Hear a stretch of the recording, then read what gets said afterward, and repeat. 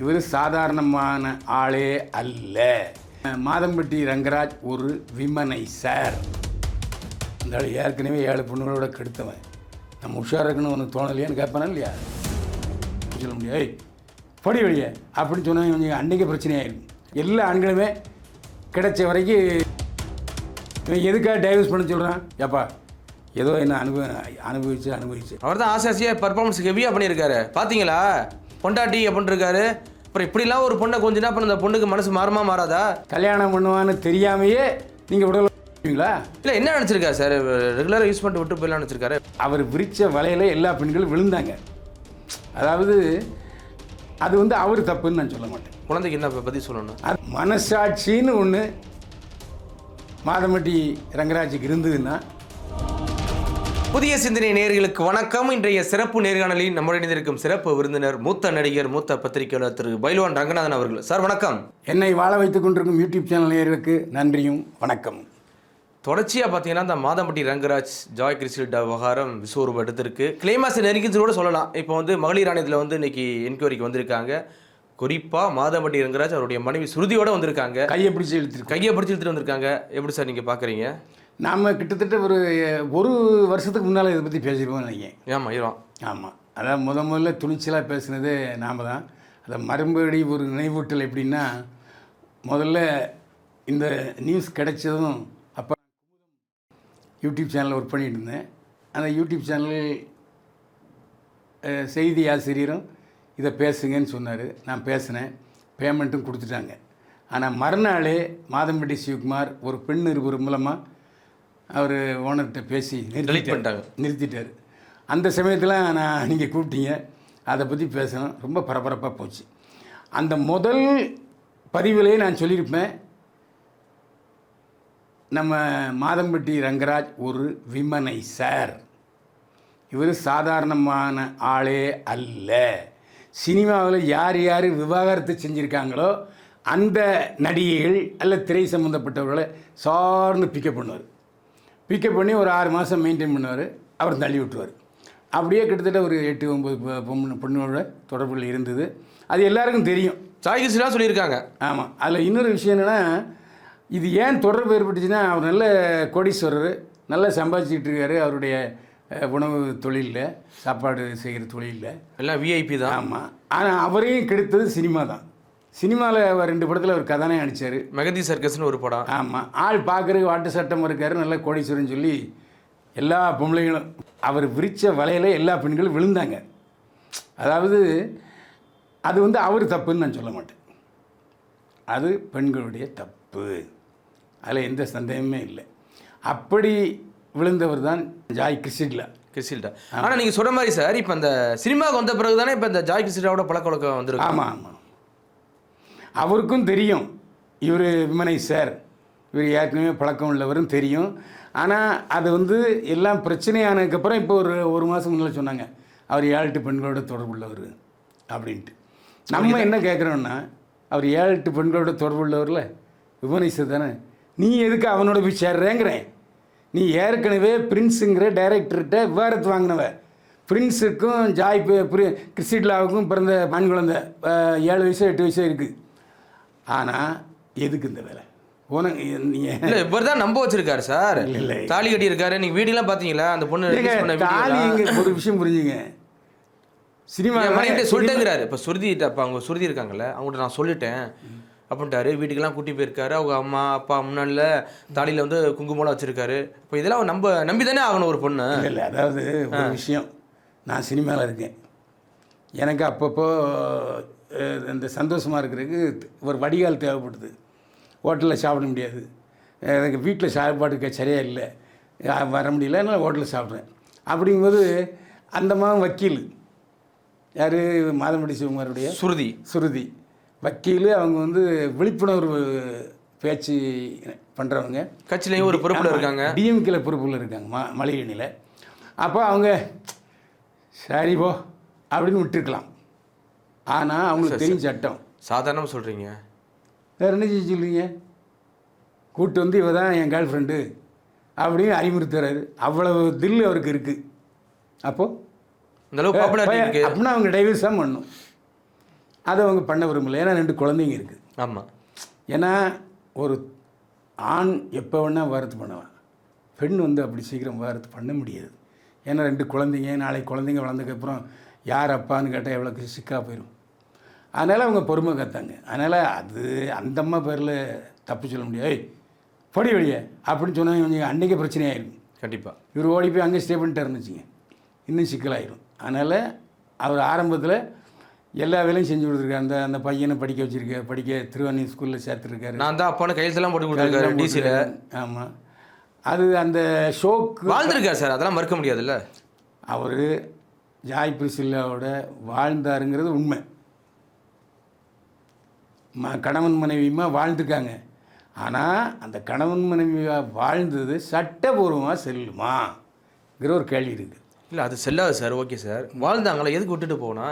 இன்னைக்கு கிட்டத்தட்ட நிறமாச கற்பனையாக இருக்காங்க. அவர் ஏற்கனவே 9ஆம் மாதமா ஏற்கனவே 2 தடவை அபார்ஷன் பண்ணியிருக்காரு. அப்போவே தெரியணும் இவன் நம்ம எதுக்காக நம்மக்கிட்ட வாழ்கிறான் அப்படிங்கிறது. நீ தாய் ஆகக்கூடாது, தாயானா விட்டுருவேன்னு சொல்லியிருக்காரு. மீறி இந்த பொம்பளை ஆனவன்னு தான் அவர் உஷாராயிட்டார். அதுக்கப்புறம் இந்த அம்மாவும் சரி அந்த ஆள் வரமாட்டேங்கிறானேன்னு சொல்லி இதுவும் போலீஸில் போய் கம்ப்ளைண்ட் முடிச்சு வீடியோ போட ஆரம்பிச்சிருச்சு. தான் நடந்தது. அப்போது இப்போ மறுபடியும் சுதா மாயவரம் எம்பின்னு நினைக்கிறேன், சுதா. ஆமாம் ஆமாம். அவங்களோட போய் மகளிர் ஆணையத்தில் கம்ப்ளைண்ட் கொடுத்துருக்காங்க. மகளிர் ஆணையத்தில் கம்ப்ளைண்ட் கொடுத்தாங்கன்னா சமாதானம் பண்ணுவாங்க, இல்லை காம்பன்சேஷன் பண்ணுவாங்க. இல்லை அதுதான் முடியாதுங்கிறாரு. இப்போ நேற்று ஒரு அறிக்கை வெளியிட்டிருக்கான் பார்த்தீங்களா? அதுதான் நான் இதெல்லாம் கோர்ட்டுக்குள்ளே பார்த்துக்கிறேன், நீதி மேலே என்ன நம்பிக்கை இருக்கு, பார்த்துருக்கேன். வெளியில் சமாதானம் கிடையாது, கோர்ட்டே சொல்லிட்டாரு.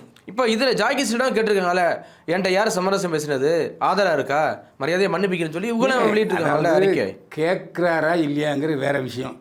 இவங்க ஆதாரம் இல்லாமல் கூட பஞ்சாயத்து பேசியிருக்கலாம். யாரோ ஒருவர் இவர் பேர்லேயும் பஞ்சாயத்து பேசிக்கலாம்ல. இதில் எல்லா பேரும் நாக்கத்தை மட்டும் வருவான் பஞ்சாயத்து பண்ணுறதுக்கு. சரி நமக்கு ஏதாவது காசு கிடைக்காதா, பெரிய இடம் வேறு. அதனால் இதுக்கு தெரிஞ்சு நடந்திருக்கலாம், தெரியாமலும் நடந்திருக்கலாம். ஒருவேளை அந்த நாள் உஷாராயே இனிமேல் அப்படி ஏதாவது பஞ்சாயத்து நிறுத்தக்கூடாதுங்கிறதுக்காகவும் கோர்ட்டில் சொல்லியிருக்கலாம். அது தப்பு இல்லை. நீதி மேலே நம்பிக்கை இருக்குன்னு சொல்கிறாரு. என்ன காரணம்? அந்த வயதில் வர குழந்தைக்கு ஒரு அப்பா இல்லையா? அது கோர்ட் என்ன சொல்லணும்னா ஒரு வேண்டுகோளாக வைக்கலாம். நீங்கள் வாழ்ந்துருக்கீங்க, அது உங்கள் குழந்தையா இல்லையாங்கிறது நீங்கள் தரமத்துக்கு உட்பட்டு சரி நடந்துங்கன்னா ஏதாவது கம்பன்சேட் கொடுங்கன்னு அர்த்தம். அதைத்தான் சொல்ல முடியுமே தவிர நீ அவளை 2வது கல்யாணம் பண்ணிக்க அப்படின்னு கோர்ட்டு உத்தரவிடுமா? அது சட்டத்தில் இடம் இருக்கா? வாய்ப்பு இல்லை. இல்லை சட்டத்தில் இடம் இல்லை சார். அந்த குழந்தைக்கு யாரப்பா, அந்த குழந்தைக்கு என்ன பதில் சொல்லணும்? டிஎன்ஏ டெஸ்ட் எடுத்தோன்னா நீங்கள் சொல்கிறது கரெக்டு. அந்த டிஎன்ஏ டெஸ்ட் எடுத்ததுக்கப்புறம் இது இவங்க வீட்டுக்காரர், அதுக்கு அவர் சம்மதிக்கணும். அவர் உட்பட்டால் தான் அந்த டெஸ்ட்டு செய்ய முடியும். ஆமாம், அப்போ இவ்வளோ இருக்குது. நான் தான் இல்லைங்கிறேன் இல்லையா, வர முடியாது. ஒன்று வர முடியாது சொல்ல முடியாது சார். அவள் ஏற்கனவே அவள் டைவர்ஸ் பண்ணவ அப்படின்னு ஒரு சொல்லுவார். ஏற்கனவே முதல் டைவர்ஸுக்கு வருதா காரணம் அப்படின்னு ஒரு பேச்சு அடிப்படுது பார்த்தீங்களா? இல்லை அது காரணம், அதாவது என்ன சொல்லி இப்போ அதாவது இல்லை இவருடைய அஃபெக்ஷனால தான் அந்த டிவோர்ஸ் ஆனது அப்படிங்கிறாங்களா, அது உண்மை தானா? இல்லை ஜாய் கிறிஸ்டில்டாவுக்கு மூளை இல்லையா, சிந்திக்கிற ஆற்றல் இல்லையா? இவன் எதுக்காக டைவர்ஸ் பண்ண சொல்கிறான்? அவர் சினிமா டைரக்டர், குழந்தை இருக்குது. ஏப்பா ஏதோ என்ன அனுபவிச்சு உனக்கும் வேண்டாம் எனக்கும் வேண்டாம், போ, நான் பேசாமல் என் வீட்டுக்காரரோட போகணுன்னு மிகப்பெரிய ஒரு பெரும்புள்ளி நம்மகிட்ட ஆசையை அன்பை காட்டும் போது வேண்டாம் நான் சொல்ல முடியும். அதுதான் பெண்கள் ஏமாந்துடுறாங்கன்னு சொல்கிறேன். ஏமாறக்கூடாது, அதுதானே சட்டம் சொல்லுது. ரொம்ப யோசித்து கடைசி கட்டமாக தான் செய்யணும், அது செய்யக்கூடாது. காதலுக்கு அப்படிலாம் பார்க்க முடியாது சார். அவன் காதலிக்கிறவன் கல்யாணம் பண்ணுவான்னு தெரியாமையே நீங்கள் உடல் பண்ணுவீங்களா? அவர் தான் ஆசையாக பர்ஃபார்மன்ஸ் ஹெவியாக பண்ணியிருக்காரு பார்த்தீங்களா, பொண்டாட்டி அப்படின்னு இருக்காரு. அப்புறம் இப்படிலாம் ஒரு பொண்ணை கொஞ்சினா அப்புறம் அந்த பொண்ணுக்கு மனசு மாறாதா? நான் இல்லைன்னு சொல்லலைங்க, சட்டம் அப்படி இருக்குது, நாம் என்ன செய்ய முடியும்? நீ இன்னொருத்தியுடைய சார் சட்டத்தை விடுங்க சார், அந்த குழந்தைக்கு பதில் சொல்லணும் சார். என் குழந்தையோட பாவனை சும்மா விடாதுங்குது. சரி, ஜட்ஜ்மெண்ட்லாம் முடிஞ்ச பிறகு இதை தனியாக கூப்பிட்டு இதை பேசி இதை செய்வார். வேறு என்ன செய்ய முடியும்? வேற என்ன செய்ய முடியும் இப்போ சொல்லு. நீதி வேணுங்குது, அது என்ன நீதி வேணும்? என்ன நீதி? நிதி வேணுமா இல்லை எப்படி? நிதி தான். அப்பாவோட இனிஷியல் வேணுமா? இப்போ ரோட்டில் நிற்கிறேன், என் குழந்தைக்கு என்ன பல் சொல்லு அப்படிங்கிறது தான் கேள்வி. இல்லை ஒரு ஜெயிலுக்கு போகணுமா, என்ன ஏமாத்திரம் சொல்லி ஜெயிலுக்கு போகணுமா, என்ன ஜெயிலுக்கு போக எதிர்பார்க்குறது? முடியாதே. ஜெயிலுக்கு எப்படி போக முடியும்? நான் கல்யாணம் ஆனவன், என் கூட படுத்தாவா, காசு வாங்கிட்டா அப்படின்னு காசே கொடுக்கலையாம் போல, லோன் போட்டு தான் நானே கார் வாங்கினேன், கார் வாங்கி கொடுத்தாரு. அது என்ன வேணால் சொல்லலாங்க. இவர் கொடுத்ததுக்கு ஆதார், இவர் பையனை ஸ்கூலில் சேர்த்துருக்காரு, அதுக்கெல்லாம் யார் காசு கொடுத்தது? இவர் தானே கொடுத்துருக்காரு. அதே மாதிரி நிறைய அந்த பையனோட ஆடியோ லீக் ஆகிருக்கு சார். எங்கள் அம்மா வந்து எங்கள் அப்பா அடித்தாரு. அம்மா அடித்த எதுக்கு? நீ ஏன் உண்டானே கருவு உண்டாகாத கருவை கலைன்னு அடிச்சிருக்காரு. ஓ, மற்றபடி வேறு சண்டை கிடையாது? இல்லை இல்லை, அது இவர் இல்லை என்ன நினச்சிருக்காரு சார், ரெகுலராக யூஸ் பண்ணிட்டு விட்டு போயிடலாம் நினச்சிருக்காரு. ஆமாம், அப்படித்தான். எல்லாருமே அப்படித்தாங்க. எல்லா ஆண்களுமே கிடைச்ச வரைக்கும் சந்தோஷம். ஏதாவது சின்ன குழப்பம்னு பாப்பா சொத்தி விட்டு அவன் பாட்டுக்கு இன்னொருத்தி கல்யாணம் பண்ணிட்டு போயிடும். இப்போ எதுக்கு சார் இப்போ இன்னைக்கு தேவையெல்லாம் பாவம் அவங்க சுருதி, அவங்கள வேற ஏன் கூட்டிட்டு அலையிறாரு, கையை பிடிச்சிட்டு போறாரு? போய்ஃபுங்க என்ன நீங்கள் சர்வ இருக்கட்டுங்க, அந்த கேஸில் ஏன் அவங்கள போய் பாவம் இன்வால்வ் நான் பண்ணாங்க? என்னுடைய மனைவியோடு தான் வாழ்கிறேன். இந்த பாருங்க மகளிர் ஆணையத்தில் அவருக்கு சாட்சி வேண்டாமா? அந்தம்மாவே ஒருவேளை அவருக்கு பயம் வந்துருக்குமா, நான் விட்டுட்டு ஜாகிஸ்டரோட போயிடுவாரா பொண்ணு? இவருக்குள்ள பயங்க, அந்தம்மாவுக்குள்ள பயம் இல்லை. அந்தம்மா சொல்லு சார், இப்போ இவருக்கு தான் மாதம்படி ரங்கராஜ் தான் ஏதாவது பயம் வந்துருமான்னு கேட்டேன். அம்மா நான் என்னுடைய மனைவியோட வாழ்கிறேன், கோர்ட்டுக்கு தெரியப்படுத்துகிறேன், அவ்வளோதான். இவர் ஜட்ஜி வந்ததுக்கப்புறம் அவங்க ஒய்ஃபாக பார்த்து சரி ஏதாவது கொடுத்துலைங்கன்னு சொன்னால் கொடுத்துலைவர். சார் கொடுத்துலைக்கிறாந்தா அப்பயே கொடுத்துருக்கலாமே சார், ஒரு செட்டில்மெண்ட் கொடுத்துருக்கலாம். வேண்டான்னு தானே இருக்குது. அதை சொல்லாதீங்க. அதுக்கு யார் சாட்சி அது வேண்டான்னு சொன்னதுக்கு? ரெண்டு ஏற்பட பேரம் பேசினாங்க, நாளாக முடியாதுன்ட்டேன் பண்ணேன். இப்போ தான் மத்தியஸ்து யாரும் வரலன்னு சொன்னீங்க. இல்லை அது இவர் சொன்னதுக்கு அதுக்கு கருத்து போட்டுருக்கு, யார் என்கிட்ட பேசுனது அப்படின்னு. அது இது எப்படியும் சமாதானம் ஆயிடுவாங்க. சமாதானம் எப்படி? ஏதாவது காம்பன்சேஷன் கொடுப்பாரு, அப்படி தான் முடியும், வேறு வழியே இல்லை. நீங்கள் எத்தனை மகளிர் ஆணையத்துக்கு போனாலும் சரி நிற்காது. ஏன்னா நீயே சொல்லியிருக்க 7 பொண்ணோட தொடர்பு இருக்கிறவன்ட்டு. இந்த வார்த்தைலாம் இதுக்கு எதிராகவே பயன்படும். 7 பேரோட போனவேன்னு தெரியுது, நீ எதுக்கு? அப்போ அந்த 7 பேரில் ஒருத்தி தானே நீ. கோர்ட்டில் வாதிடுறவன் வக்கீல் எப்படி வேணாலும் இப்போ சொல்லுவார்ல, 7 பேர் ஏற்கனவே என்ன நீ சொல்கிற? உனக்கு எச்சரிக்கை சிவப்பு விளக்க தெரியலையா? அந்த ஆள் ஏற்கனவே 7 பொண்ணுகளோட கெடுத்தவன், நம்ம உஷாராக இருக்குன்னு உனக்கு தோணலையான்னு கேட்பானா இல்லையா? அப்போ என்ன பதில் சொல்லும்? ஏமாத்துறேன்னு சொல்லலாம். ஏமாந்துட்டேன், ஏமாந்துட்டேன்னு. ஏமாந்ததுக்கு சட்டமாக பொறுப்பு?